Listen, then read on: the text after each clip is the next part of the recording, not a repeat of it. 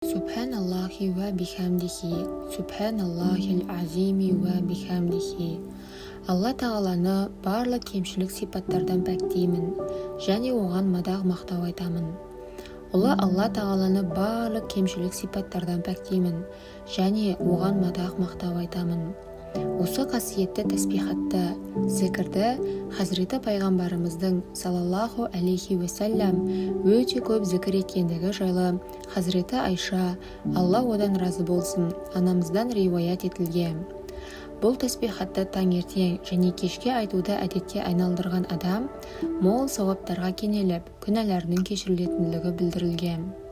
Хазіреті пайғамбарымыз саллаллаху алейхи уассалям кімде-кім осы тәсбихатты таңертең және кешкісін 100 рет оқыса, біреу бұдан да көп айтпаса, ол кісіден артық, осыдан абзал ешкім зікір еткен болып саналмайды деп бұйырған.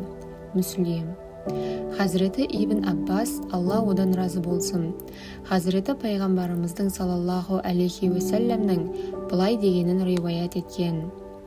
Кімде-кім Субханаллахи ва бихамдихи, Субханаллахил азими ва бихамдихи, Астағфируллах ва атубу илайх. Алла тағаланы барлық кемшілік сипаттардан пәктеймін, және оған мадақ мақтау айтамын. Ұлы Алла тағаланы барлық кемшілік сипаттардан пәктеймін, және оған мадақ мақтау айтамын.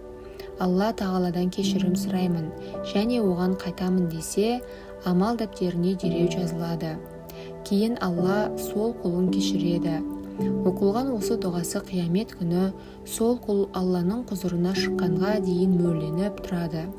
Оның істеген күнәләрінің ешқайсысы осы дұғаның сауабын жоя алмайды. Тәрғиб.